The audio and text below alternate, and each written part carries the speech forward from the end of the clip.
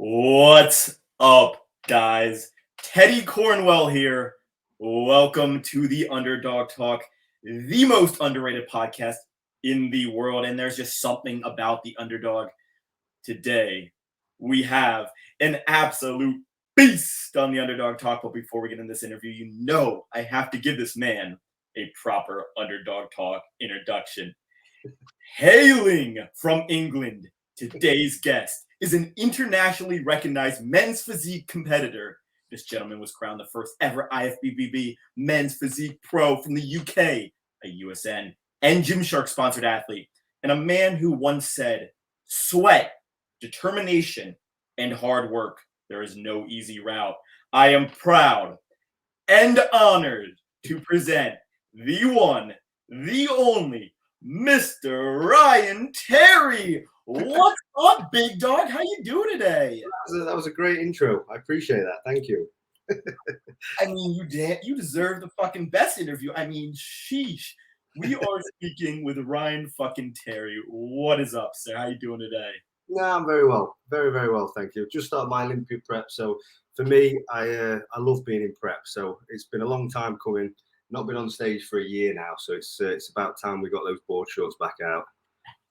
And I mean, Ian Harrison, one of the legendary bodybuilders of all time, was telling me yesterday, if you don't love prep, then this is not the sport for you. And I so agree with that. You got to love prep because that's where the champion mentality comes out. And that's where, you're getting ready to show your best on stage. So you got to damn love it. And I mean, if you don't like bodybuilding, then it's not the sport for you. Yeah, 100%. 100%. Like I said, I've been doing it since I was 14 now. So I'm 33, a long time. But I've lived and breathed it. It's not something I've ever felt like it's a chore or I've had to do. It's something, it's just been part of my lifestyle. And I couldn't imagine not having it in my life, to be honest. So yeah, sad probably saying that. Once that iron's in your blood, you can't get it out of there, Ryan. And now I want to take it back. You started working your career as a plumber and a gas engineer. Now, you always had a strong interest in, bodybuilding, and you really did dedicate every spare minute you had to training before and after your long fucking workday. Now, Ryan, would you mind talking a little more about this? And then why did you love bodybuilding and fitness so much? Yeah.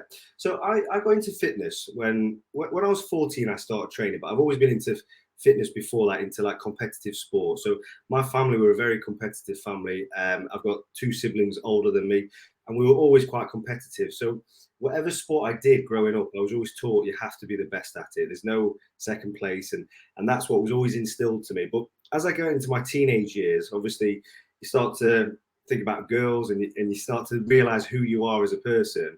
And I just had no confidence, self-confidence in the way I looked. I was always very conscious of my body type and stuff like that. So when I was 14, I decided to do something about it. And that was to go into the gym. And even I wasn't overweight or anything. I just had a bit of a self-confidence issue. So I thought by addressing the way I looked, and as soon as I started hitting the weights and I started to see my body change, that's when the confidence started to grow. And that's how I got hooked into it. And I was okay with doing that. And I started my working career at 14 as well. And as I got to the age of 20, because all my time was taken up with work and then my hobby of training, there was no competitive element other than training with other people.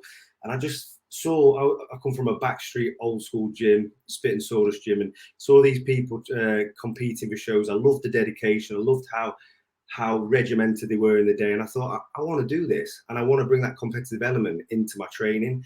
And that's how I got into it, basically. Yeah, that was at the age of 20. I decided to compete. So I've been training like 6 solid years before I decided to compete. Wow. And then, I mean, you in 2010, like you kind of talked about, you entered Mr. Great Britain, where you took first place, and then right after went on to win Mr. International, and then shortly after that, found the sponsorship with USN, and kind of the rest really was history, I want to say. This is where things really started to change for you. What was it like finally having your name be known, Ryan, and people knowing the name Ryan Terry, and then getting that sponsorship? What was that all like? So even when you're saying that now, I still get shivers because like I'm not naturally a person who can get used to stuff like that. I come from a very laborious background. So like you imagine working on site with all these people. It was always just jokey banter.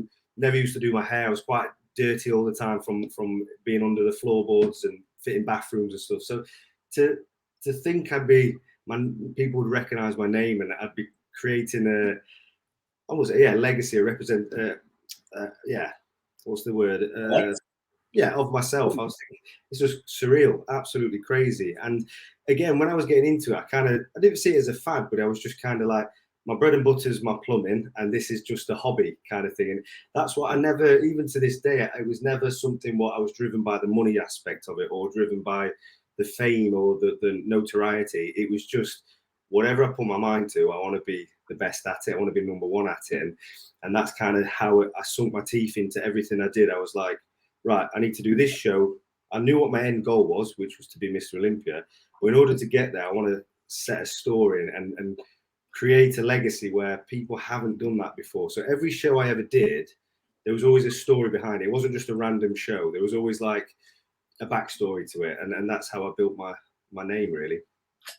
Now, Ryan, I'm very interested as we had one of the up and comers from South Africa, Tristan Vanderbilt, on yesterday. And I asked him, why pick men's physique? Why not pick, the bodybuilding? Why not pick, a classic bodybuilding? So Ryan, why did you decide, men's physique was for you? Yeah. So I was always inspired by bodybuilding but I never aspired to look like an open class bodybuilder. So I was inspired, but not aspired to look like them. And I lived and breathed their world. And at the time I was getting in, all these front covers were starting to happen. I was becoming, that's where my money was earned in sponsorships through magazines and stuff. So I needed to have that attainable, pleasing physique, which is why when men's physique came out, so originally classic physique came out, but it wasn't the classic physique we know. It was more like the bodybuilding trunks and stuff like that. So I thought I'm going to work towards that because that's more attainable for me if I can do that, because I'm genetically not gifted to be big. I eat 7 meals a day. I'm just not predisposed to hold that much muscle. So I was training towards classic. And then when men's physique came out, it kind of felt like a calling to me because I'd just come off a shoot in South Africa, would you believe, for Men's Health. And it was with the board shorts coming out of the sea. And then when I read this protocol for this men's physique and what it meant, which was being in board shorts, stepping out of the sea and the front cover model, I was like, this is actually exactly what I need to be doing at the start of my career or at the time of my career. And I just kind of fell into that. And then as the division evolved, I was always in my head going to go up to classic when classic came out, the bridging.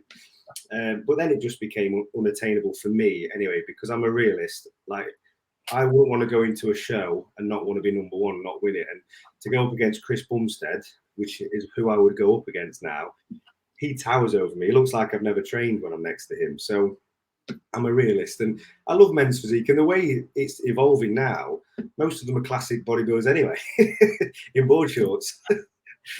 And Tristan Vanderbilt, a top up and comer, was telling me this. He goes, Teddy, most of these men's physique guys can compete in this classic bodybuilding. And I go, Tristan, I know you guys are huge as hell, and especially with the men's physique, just everyone getting bigger and bigger. It's it's a very open division where men's physique can really go into that, or even regular bodybuilding at this point. Yeah. A few years ago, I'm not going to name names, but there was a few of the top 5 where we were chatting, and some of them didn't fit into their classic weight because they were too heavy.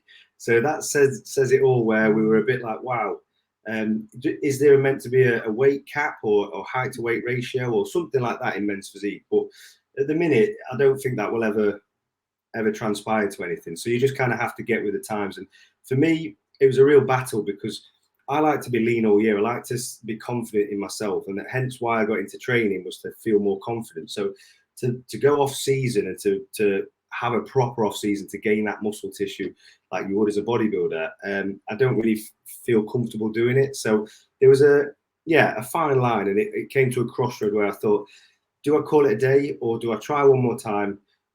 Adhere to some of the men's physique American posing, do a few different things differently, change my board shorts, this kind of stuff. And it prevailed. I did so much better doing that. So I was like, you know what? size doesn't necessarily matter if you bring everything to the stage. And I so agree. You know, I actually am a champion in Good man. PCA. Yeah. New up and coming Ian Harrison again, Yeah. one of the best in 1990s. He was on my show yesterday. Great dude. So I was actually the reason I do agree with what you're saying is I'm bulking now, and I don't necessarily enjoy it. It's not where I'm trying to get that lean round. When 4 months out before my show, yeah, okay, everything starts. But now we're just trying to bulk, and it's not that shredded year-round look, which men's physique competitors really kind of rock. So what I really want to turn to is in 2013, you entered Men's Physique Show where you took first place, and your journey in competing was really born. And the rest is history, as I mentioned, as you became an IFBB Pro and Arnold Classic champion. Now, I have to ask two things. What was the work that went into becoming that IFBB Pro? And then what was that feeling like, Ryan, when you heard your name, Ryan Terry, the newest IFBB professional? What was that all like? Yeah, it was a surreal moment, and I can remember it like vividly, like it was yesterday. Because when I was still a plumber at that point. I still was pot washing of an evening in my local restaurant. So I was still very grounded, and this was still just a hobby, and I was doing it on the side or whatever. So to then go and win the Arnold Classic. So I went over, didn't really understand. I know of the Arnold Classic, but I didn't really associate it with men's physique and how big it was actually going to be. So when I got out there, and there was a 5.5 hour queue to get to register for the men's physique, and I was like, what is this about? And then we were told there's 110 in our class, because at the time there was no height classes, so it was the first year. So everyone, we were going on in 30s. It was absolute carnage, and to this day I still don't know how they brought it down to the top 6 or 5, because it went down to the top 30 out of 110.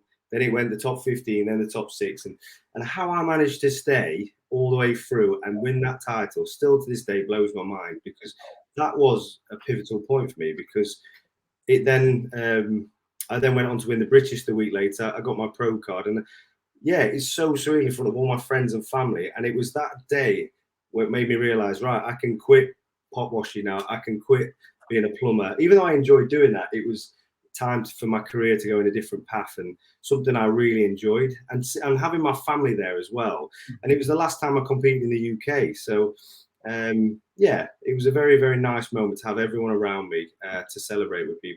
And they've seen the hardship. They saw, like you say, doing my cardio at 5 o'clock in the morning before I had to be on site for 7 o'clock, and then you finish at 5, 6 o'clock, and you train for an hour, then you pot washing till 12 o'clock at night. So they were long days. So it was very rewarding, very rewarding.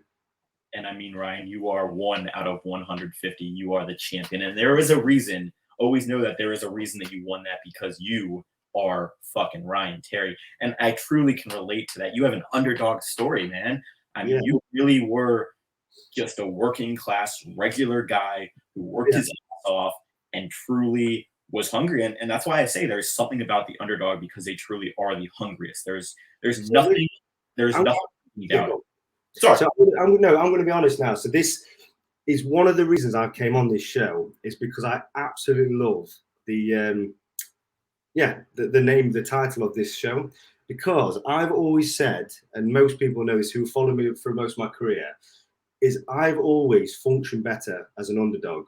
So in my career, there's two moments where I kind of crumbled and had a bad placings, and it was because I was expected to win. Every other time, like, I've liked the fact I was the only UK guy, the only foreign guy at the time to be against all you guys in America on the Olympia stage. And I was always classed as, no one ever used to watch me coming down into my show, because people were talking about Jeremy, Sadiq, Jason Poston, all these guys, Anton Antipov at the time. These are the early guys. So I was just coming down, and I liked it. Hoodie on, no one was watching me, and I could just do my thing in the background. And that mentality has always stuck with me. And the one time, and the problem you've got with it is, at some point, if you want to be the champion, you can't always be the underdog. You have to be the favorite.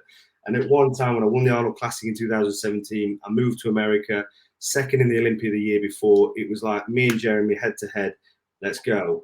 And I let that get to me. It got in my head. I was a bit I let Jeremy get in my head. I started watching him on social media, which I've never done in my life.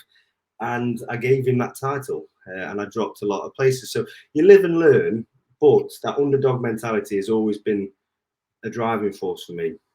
I so agree. And actually, we are having Jeremy on the show in the upcoming weeks. Good man. He's a good dude. And I think that relates to me so much. Sam Strange actually texted me, the owner of Galaxon, if you ever heard of that. I think he's from the UK, actually. Okay. He texted me, remember when you started? Always be humble, because now I'm getting these guests that I never would have imagined when we just started out as a small show 2 months ago. Now we're having Gaspari, Lavroni, Ryan Terry.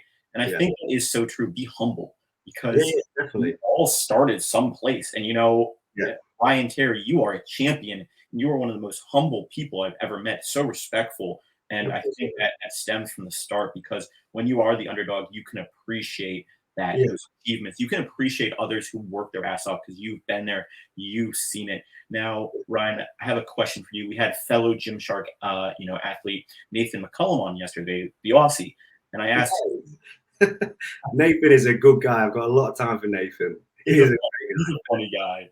And I asked Nathan, I go, because he was talking about how Gymshark was under a little scrutiny and all that. And I go, Nathan, and now I'm going to ask you, Ryan, where do you see the fitness industry heading? You've really seen it kind of blossom, but where do you see it going? Is it going to be a good image, or is it going to be, a negative image in the fitness industry?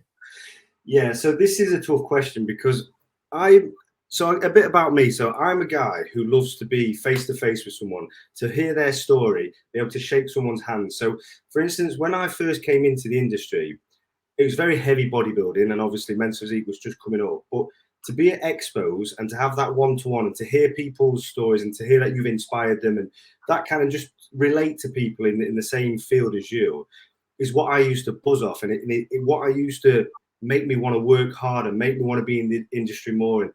And as the sports industry has evolved, that's become less and less now. If you look at Expos now in the UK, we used to have Body Power. We used to have some really big, phenomenal Expos, but they're just a thing of the past now, because everything's up through a screen, social media, and you lose that. For me, you just lose that intimacy with someone. I know, like that personal thing. So I know it's the way of the world now. Everything's technology, everything's on social media stuff. But for me, I think there's pros and cons. And I think the con is that we're going to lose touch with each other, because it's so much easier to press a like or a comment on your phone rather than have that talking. And I miss that. And obviously the pandemic didn't help with it, but it's been very hard to get back to that.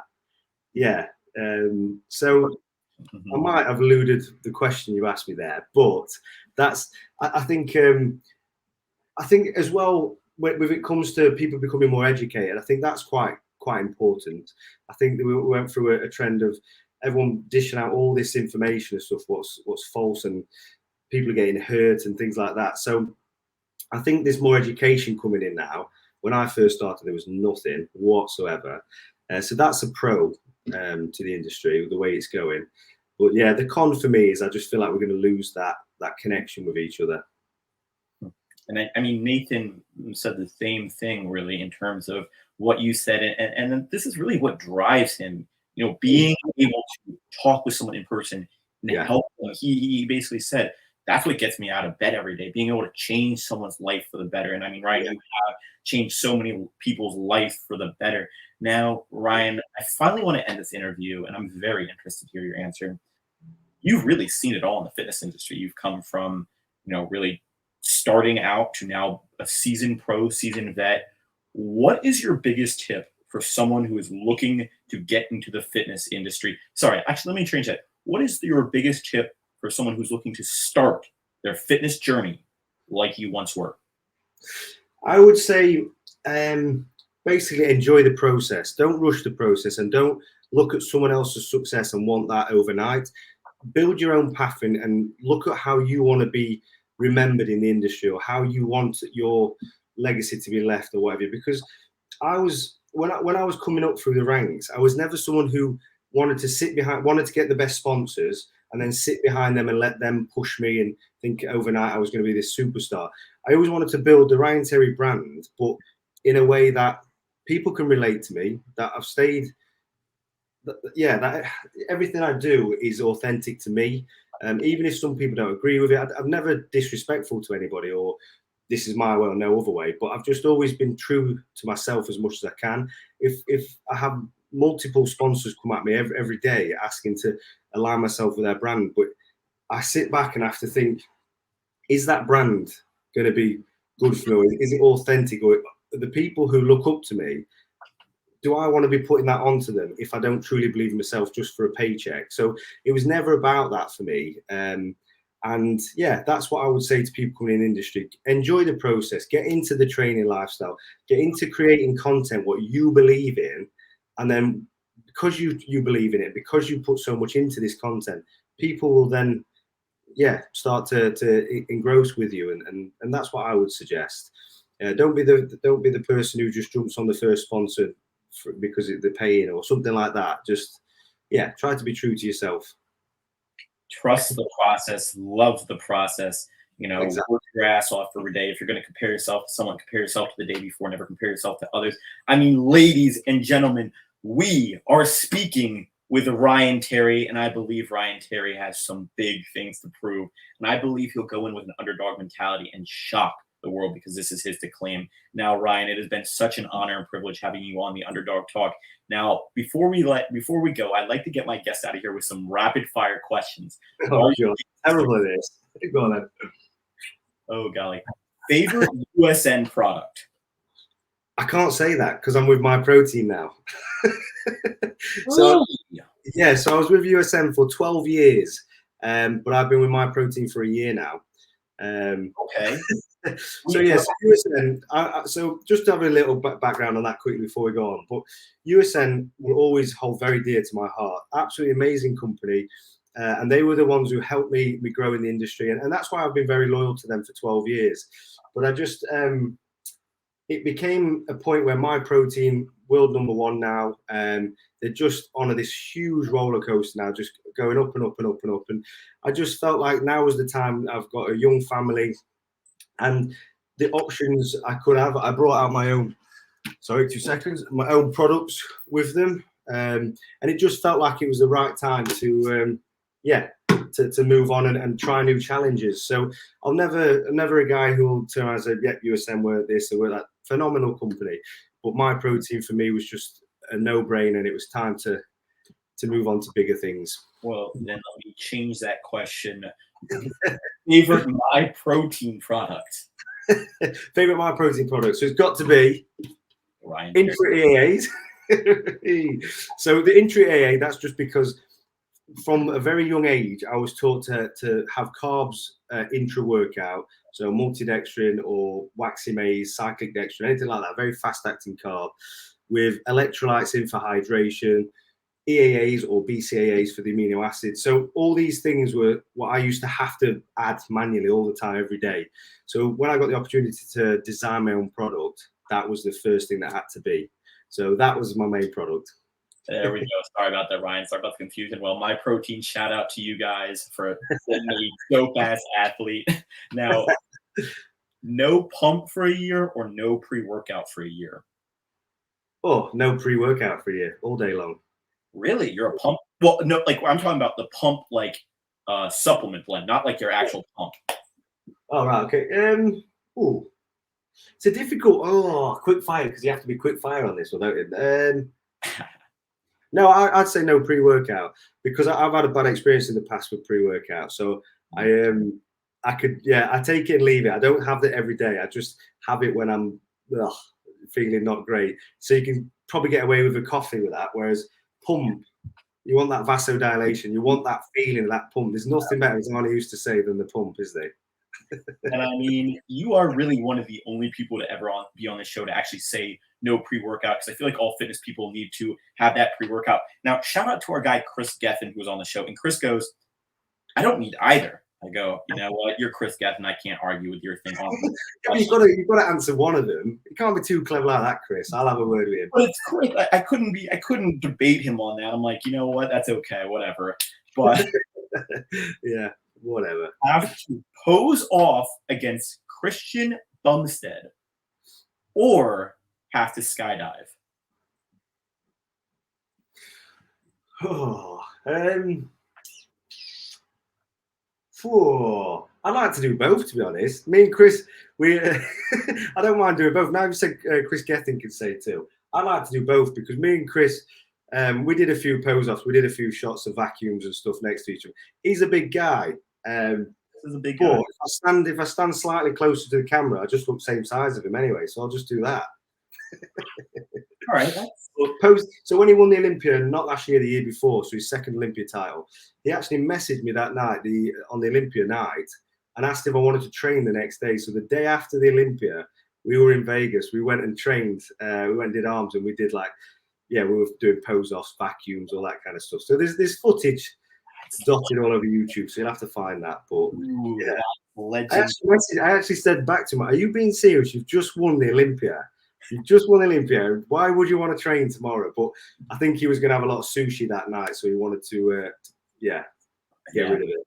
That and Chris Bumstead's also just a different breed, but so are you, Ryan Terry. So I guess that's the reason both of you just fucking killed it. Well, I was actually meant to be flying out next week to have a couple of days with him, but my schedule's getting absolutely crazy now, and to get it's not a 2-hour flight, is it? It's quite a long time to get over there. So, but skydiving, I'd love to do skydiving. We had it booked in Dubai, and then in Dubai, they say it rains three days of the year, and the day I had it booked, it rained. So I think it was an omen telling me not to do it. You see, I think it's making up for that time you were 1 out of 150. Now this was going to be the 1 out of 3 times. I think on away. Now, last two are big ones on this show. Talk like Rocky Balboa for the rest of your life, or have to box Rocky Balboa in his prime. I'd rather talk like him because I don't want to get knocked out by Rocky. That's fair. I wouldn't either. Now, you're never going to guess who did the best impersonation of Rocky Balboa on this show. You won't even guess it. So Rich Gaspari, legend, when he was on this show, he burst out the best Rocky accent, and it actually sounded really badass. So I think you made a good decision. Get that accent. It sounds pretty cool. So I know. I'm going to get away with that, definitely. So I'm going to openly admit this now. So I've got a massive obsession with Rocky. So my dog's called Rocky. My brother, his nickname is Drago. So I've had, we're a bit of a Rocky nerds over here. So Wow. My wife bought me a dog, and it was a cockapoo. Have you ever seen a cockapoo? Yeah. This big, with small. I said, "Have you really bought that for me, or is that for you?" And so she said it was for me, so his name's Rocky. I named him Rocky. Rocky Balboa Terry. That is legendary. Oh my goodness. Last one is a big one on the show, Ryan. Pull-ups or chin-ups? Pull-ups or chin-ups? Oh, is that what you say? Mm-hmm. I say pull-ups. That is the only right answer. It is a true test of strength. Chin-ups, yeah, you get a nice little bicep pump, but they are just not as hard as pull-ups. I mean, ladies and gentlemen, we are talking with Ryan Terry. I was going to say fucking Terry. Well, I did. Ryan fucking Terry. It has been an absolute honor. Now, Ryan, before we go, is there anything you want to plug? Where can we find your content? What codes can we use to help support you? The floor is yours, sir. Oh, I appreciate that. Thank you. No, if you guys follow me on social media, then I'd appreciate the follow and appreciate the engagement with me. But yeah, no, I'm not plugging anything. I'm here. Thank you for supporting me. Thank you for coming on, an underdog from an underdog to another underdog. I appreciate your time, Ryan. You are absolutely going to take over this industry as you have already. Guys, I am talking with one of the best to ever step on stage. Please go check out Ryan's content. First person to use Ryan's code on My Protein. I will send you a box full of goodies and a signed autograph from one of the legendary guests that we've had on this show. Guys, until next time, I'm going to say this. 2 underdogs out.